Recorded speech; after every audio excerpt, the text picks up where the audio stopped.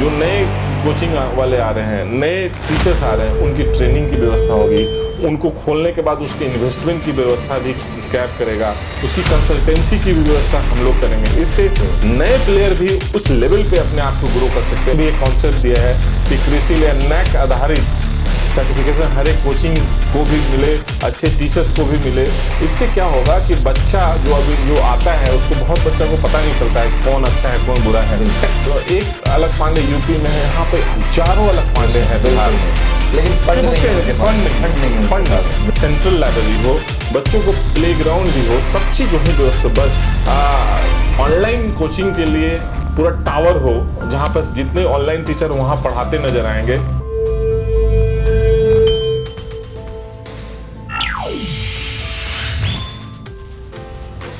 आज हम एक विशेष व्यक्ति के साथ हैं और कुछ बिहार और पूरे भारत को लेकर के एजुकेशन इंडस्ट्री में कुछ नया होने जा रहा है। तो हमारे साथ हैं कैब के फाउंडर सदस्य सुधीर सिंह जी।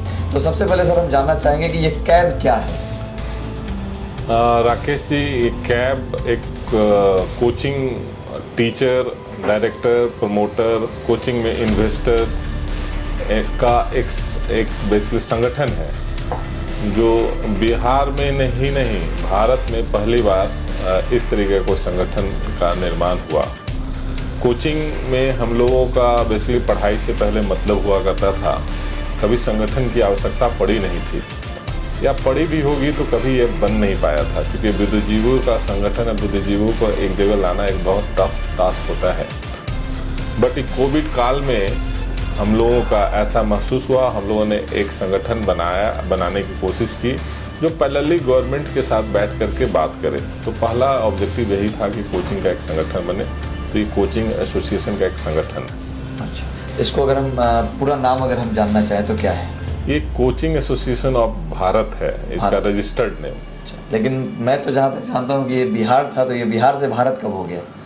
ऑफ कोर्स ये बिहार मैक्सिमम आप देखिएगा संगठन भारत में वो बिहार में से ही वो रूटेड रहा है। तो उसी तरह से कोचिंग एसोसिएशन का भी संगठन का स्टार्ट जो हुआ था वो बिहार से हुआ था। रीजन बड़ा स्पष्ट है कि कोचिंग में आप देखिएगा बहुत सारे बिहार के टीचर होते हैं, डायरेक्टर होते हैं, इन्वेस्टर होते हैं, क्योंकि ये ज्ञान की भूमि रही है जी। तो ये हमेशा इस तरीके का कार्य यहाँ से इनिशिएट होता है। तो बिहार से तो स्टार्ट हुआ, बट कोविड काल में हुआ ये कि ऑल ओवर इंडिया में पहला अनलॉक जो हुआ था वो बिहार स्टेट हुआ था, कोचिंग सेक्टर। तो इसका चूँकि बिहार के टीचर्स हर एक राज्य में आपको मिल जाएंगे जो कोचिंग सेक्टर में पढ़ाते हुए नज़र आते हैं। तो वो लोग लॉकडाउन में ऑलरेडी यहाँ आए हुए थे।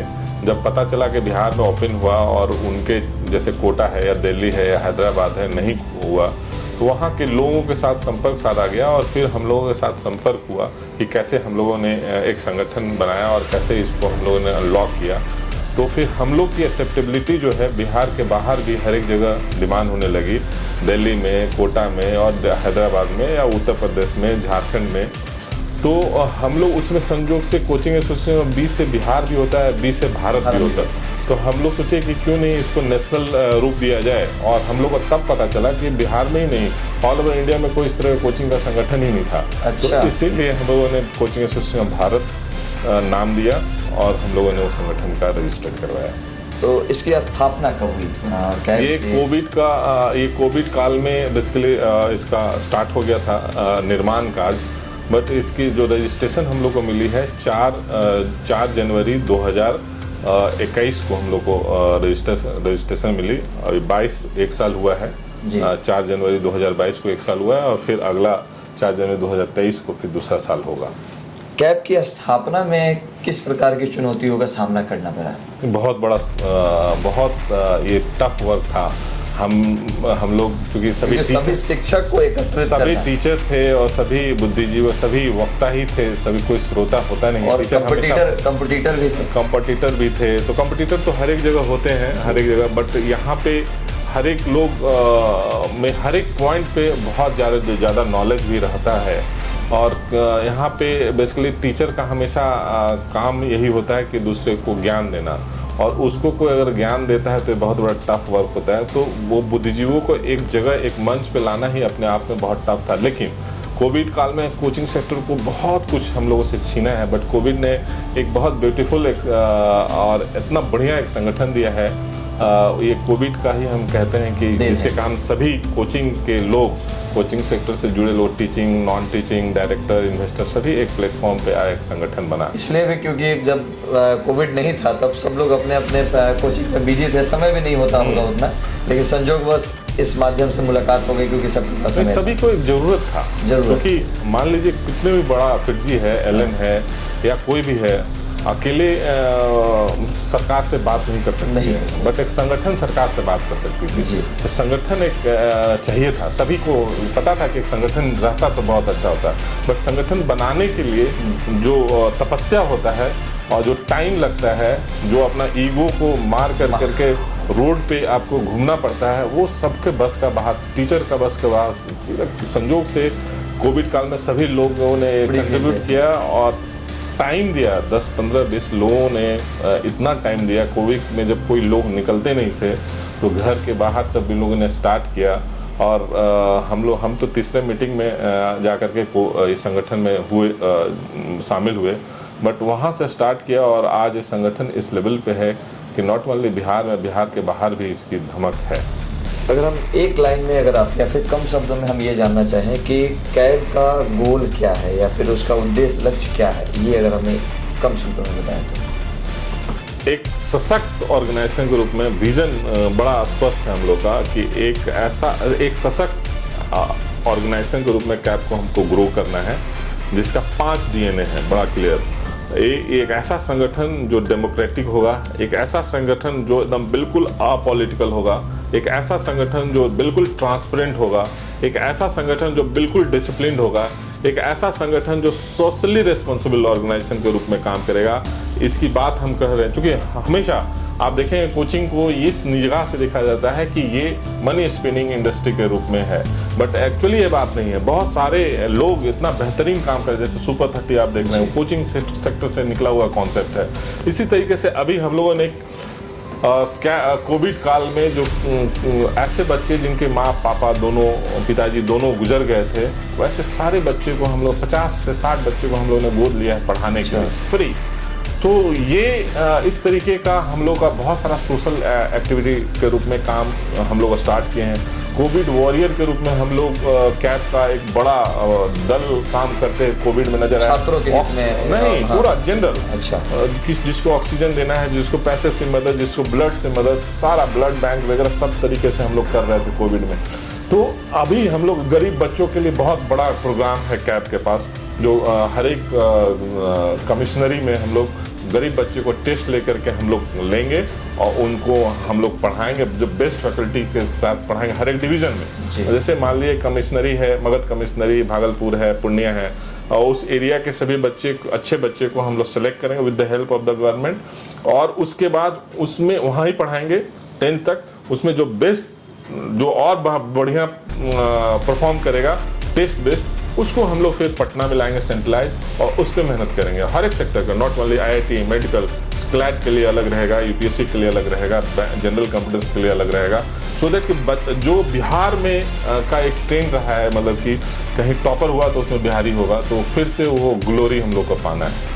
एक सवाल और मन में आ रहा है कि जैसे आपने कोचिंग विलेज की बात की, तो क्या ये शुरुआत से पहले पटना में होगी या फिर किसी और, या फिर हर जिले में इसको स्थापित करना है? हम लोगों का हर जगह नहीं, ये स्पष्ट है। जैसा हम लोग डिस्कस कर रहे हैं गवर्नमेंट के साथ कि इसकी रिक्वायरमेंट हर एक डिस्ट्रिक्ट में है, और हर एक डिस्ट्रिक्ट में आपको है, मतलब इंडस्ट्री के पास जमीन है, और हम लोग हम लोग का जो प्लान स्टार्ट तो पटना से होगा, लेकिन ये हर एक कमिश्नरी में पहले जाएगा, उस कमिश्नर हर एक डिस्ट्रिक्ट में आएगा। हर एक डिस्ट्रिक्ट में एक कैब विलेज की स्थापना हमारा गोल है। अंतिम सवाल है कि ये सारी चीज़ें क्लियर होने के बाद मुझे उम्मीद है कि बहुत लोग इसमें आपके साथ जुड़ना चाहेंगे या कैब के साथ जुड़ना चाहेंगे एक्चुअली, तो उसमें जो मेंबरशिप की जो प्रक्रिया है वो क्या है, और ये फिर कोई व्यक्ति कैसे जुड़ सकता है कैब से? आपको हम बताएं कि हम लोग का DNA में एक ट्रांसपेरेंट वर्ड है, तो हम लोग कैब बिल्कुल टेक्नोलॉजी ओरिएंटेड ऑर्गेनाइजेशन के रूप में हो गया। सारा चीज़ ऑनलाइन, आपको मेंबरशिप भी लेना है तो ऑनलाइन, पेमेंट भी करना है तो ऑनलाइन, पैसा मेंबरशिप फीस भी आना है तो ऑनलाइन, सब चीज़ ऑनलाइन हो गया है। हम लोग का बैंकिंग पार्टनर स्टेट बैंक और ICICI बैंक है। और इसमें हम लोग क्या है कि आपको हम लोग लिंक प्रोवाइड करें, कोचिंग एसोसिएशन ऑफ भारत एक हमारा वेबसाइट है, जाके मारिए गूगल पे आ जाएगा, उस पर मेंबरशिप का एक कॉलम है, मेंबरशिप पे जाइए, मेंबरशिप में अपना सारा डिटेल दीजिए, उसमें KYC मतलब आधार कार्ड और पैन कार्ड जो भी रिक्वायरमेंट हो अपलोड कीजिए। वो हम लोग सेंट्रल ऑफिस में आता है, उसको वेरीफाई करने पर जैसे ही ओके जाएगा तो आपका पेमेंट लिंक आएगा। तो पेमेंट लिंक में मेंबरशिप फीस होता है, कोचिंग के लिए 2100 और टीचर के लिए 1100 रुपया, उसका पेमेंट कीजिए, आपके पास मेंबरशिप सर्टिफिकेट चला जाएगा। तो बड़ा सिंपल है मेंबरशिप यहाँ पे। अभी तक कैब का विस्तार कहाँ तक हुआ है? जैसा हमने बताया कि जब बिहार में खुल गया, बिहार के बाहर बड़े बड़े जैसे कोटा नहीं खुला, दिल्ली नहीं खुला, आपका हैदराबाद नहीं खुला, तो जब ये हर एक जगह इनकी हम लोग कैसे खुले, जब हमारे टीचर्स गए तो जब बताए, तब इस संगठन का वहाँ भी हम लोग को इन्वाइट किया गया। तो हम लोग का अभी विस्तार जो रजिस्टर्ड जो ऑफिस जो खुला है पटना, बिहार के ऑलमोस्ट हर एक डिस्ट्रिक्ट में आ गए हैं। अच्छा। बिहार के बाहर हम लोग रांची और दिल्ली में हम लोग का ऑफिस काम करने लगा है। हम लोग संगठन, हम लोग उत्तर प्रदेश में हम लोग जल्दी ही ऑफिस खुलने वाली है, कोटा में भी हम लोग को जल्दी हम लोग की ऑफिस खुलेगी। तो बिहार के बाहर हैदराबाद और हर एक जगह ये इसका विजन देखिएगा राकेश जी, तो इसको 2024 तक हम लोग पैन इंडिया इसका प्रेजेंस का विजन रखे हैं कि हर एक राज्य में कैब का विस्तार होगा। इसमें जो कोचिंग सेक्टर है, इसको इंडस्ट्री का दर्जा दिलाने के लिए सरकार से जो आपकी जो मांग है, उससे क्या फ़ायदा होने वाला है? खास करके अगर हम बात करें कि छात्रों को क्या फ़ायदा होने वाला है उससे? कोचिंग हमेशा से आप देखिएगा, कोचिंग सेक्टर हमेशा से अनऑर्गेनाइज सेक्टर के रूप में काम किया है, एक्सेप्ट फ्यू प्लेयर्स अनऑर्गेनाइज तरीके से काम कर रहा था। बट सेक्टर में इतनी पोटेंशियल है कि अनऑर्गेनाइज होने के बाद भी आप देखिएगा, एसोचैम का रिपोर्ट है 54,000 करोड़ की इंडस्ट्री हो चुकी है ऑफलाइन मार्केट। ऑनलाइन ऑफलाइन दोनों मिला लें, बहुत बड़ी बात कर रहे हैं, 54,000 करोड़ का ये मार्केट हो चुके हैं। और ऑफलाइन ऑनलाइन दोनों अगर हम मिला लें तो वर्ल्ड वाइड 102 बिलियन की मार्केट के रूप में ऑलरेडी ग्रो कर चुके हैं। इसमें कोरिया 20 बिलियन के रूप में लेकर के मार्केट लीडर है वर्ल्ड वाइड, मतलब उसमें ऑनलाइन में खास करके उसका ज़्यादा प्रेजेंस है। हाँ, कोरिया का।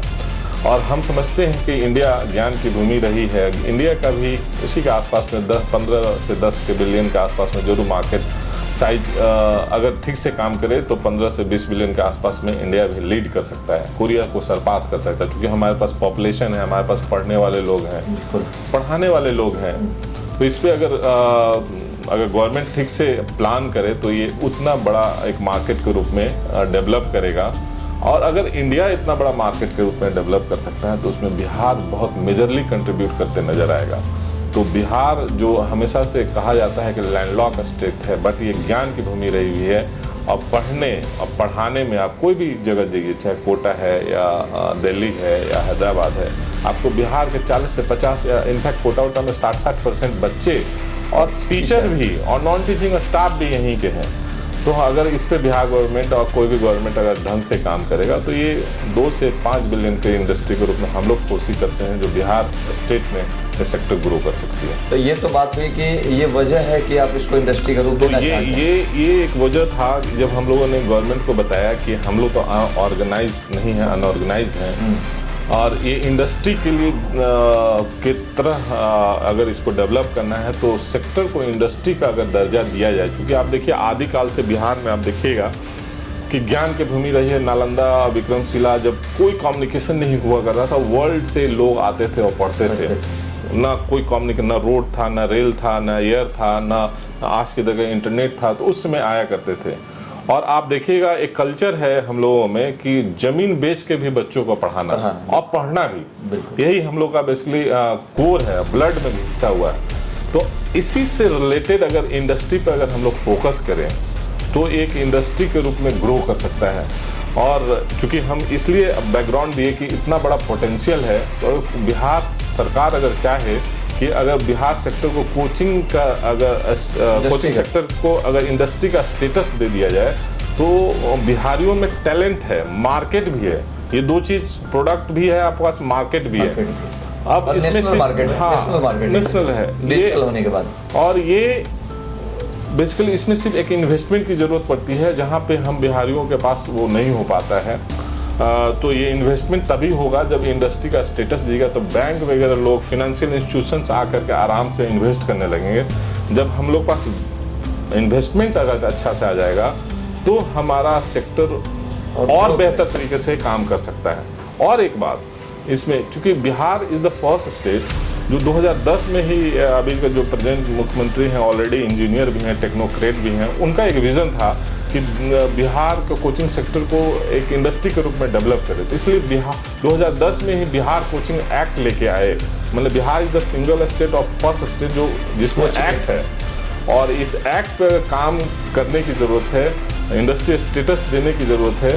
तो ये बहुत बड़ा रोजगार का भी जननी होगा, साथ साथ रेवेन्यू की भी जननी होगी। अगर सच मायने में माना जाए तो मुझे जो लग रहा है आपके बातचीत से, जिस तरह से अलग अलग कंट्री की अपनी अपनी रोजगार की महत्ता है कि वहाँ पे मतलब उनका कुछ इंपॉर्टेंस है, एक सेक्टर में बहुत लोग आगे हैं, तो हम लोग ये मान के चल सकते हैं कि फिर तो हर घर में रोजगार इससे हो सकता है।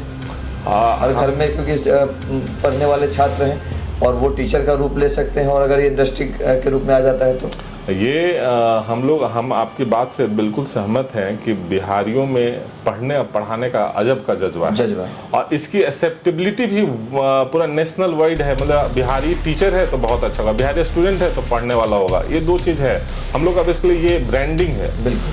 और हम लोग आप एक ये समझे, बिहार पहला स्टेट है जो कोचिंग सेक्टर का जननी रहा। 1973 में टीके घोष एकेडमी में 4-5 लोग, डॉक्टर बिल्टू सिंह वगैरह के नेतृत्व में ये स्टार्ट हुआ था। अभी डॉक्टर बिल्टू सिंह नहीं रहे हम लोगों के बीच में। और इसकी जब बिहार पहला स्टेट जो जननी भी रहा है और इस तरीके की काम इतना बेहतरीन किया भी है, तो अगर हम लोग अभी बिहार गवर्नमेंट का में इंडस्ट्री मिनिस्टर को हम लोगों ने प्रेजेंटेशन दिया है कि कैसे बिहार के हर एक डिस्ट्रिक्ट में एक सस्टेनेबल इंडस्ट्री के रूप में कोचिंग सेक्टर काम कर सकता है। नॉट ओनली हर एक डिस्ट्रिक्ट में, हर एक ब्लॉक लेवल तक आप देखिएगा कि कोचिंग में एक सस्टेनेबल इंडस्ट्री के रूप में डेवलप किया जा सकता है। इससे 7 से 8 लाख क्वालिटी रोजगार का वर्ड हम यूज कर रहे हैं, के साथ साथ 4000 करोड़ का जीएसटी के रूप में रेवेन्यू भी बिहार गवर्नमेंट को आ सकता है। 4000 करोड़ अगर इंडस्ट्री की दर्जा दी जाए तो। और ये क्वालिटी रोजगार का मतलब है वैसा रोजगार जो 40,000 रुपया से स्टार्ट होगा, 3-3 लाख, 3.5 लाख का पेमेंट ये सेक्टर दे सकता है।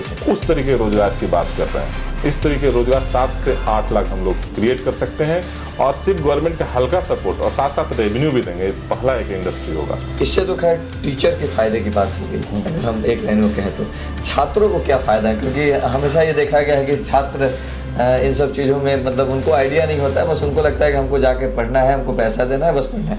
लेकिन जब कैब की स्थापना हो जाए या फिर मान लीजिए कि इंडस्ट्री का दर्जा मिल जाएगा, तो इससे छात्रों को क्या लाभ मिलने वाला है? कैब का जब गठन हुआ था तो कोई भी कोचिंग का 4-5 फैक्टर होता है जो बहुत इंपॉर्टेंट होता है। उसमें स्टूडेंट पहला होता है, बगैर स्टूडेंट का कोचिंग की कल्पना नहीं की जा सकती है।